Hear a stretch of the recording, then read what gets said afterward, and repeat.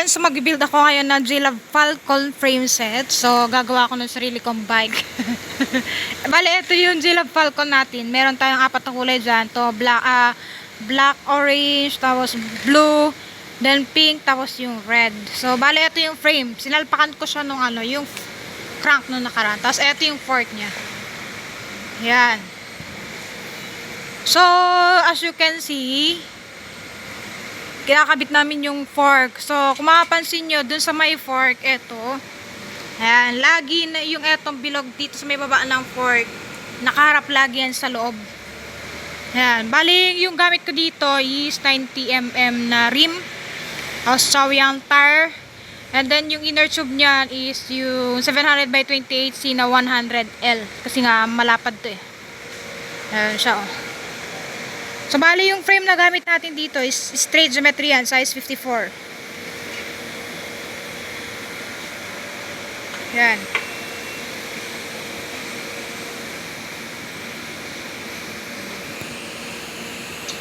Ayan, so, may kulang pa pala ako na hindi nabili yung headset. Pati, headset tsaka drop bar. Ay, bobo. Sorry. Bali yung gamit ko dito is Halotech na crankset kasi original yan wala lang brand, hindi lang ako naglagay ng brand, pero yan yung tawag nito, yung pinakita ko nakaraan. Ayan siya oh. Ay putik na yan. Ayan siya. So 48 teeth to. Yan siya. Ayan, para may magamit ako ng fixie.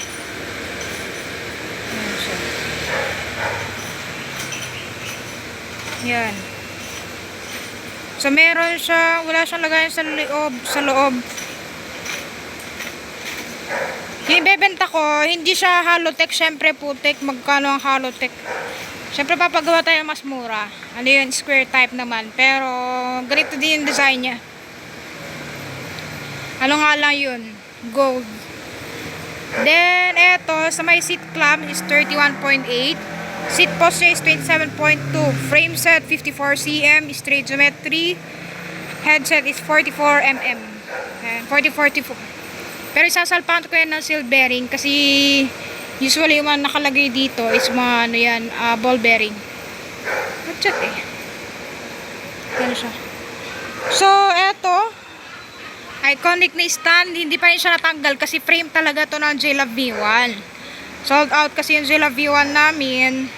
Ayan, kaso may mga naiwan pa na frame. Kaya pinapaubos ko para magpalit tayo ng bagong design. Kaya kung mapapansin nyo, gusto ko din matanggal kaso kailangan natin paubusin.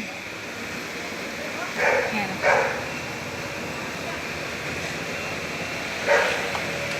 Tapos 15 teeth na ratio.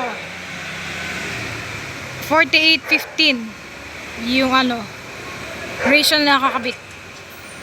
Build ko to hindi to binebenta. Kumbaga frame set to, kayo na bahala kung ano yung mga gustong isalpak dyan. Ano siya?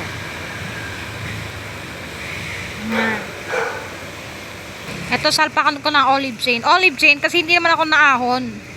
Chill rice lang, ganun. Para mas maangas pa. Kanya-kanyang trip naman kasi yan. Kung gusto mo nung ordinary na na kadena, kung gusto mo ng ahon lusong, talagang ganoon yung gagawin mo, gagamitin mo para mas siya. Tag neto.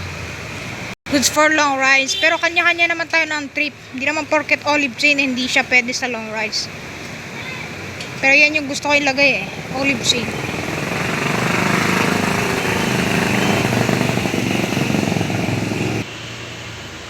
Ayan, so olive chain. Trip ko olive chain. Bakit ba? Huwag niyo naman sabihin, mas maganda yung ganito. Yun yung gusto ko. Huwag na kayong bida-bida. Kanya-kanyang trip. Diba? Ito magpalit. Pero since lang naman siya dito. For display. Bebenta ko to kapag na-symbol ko.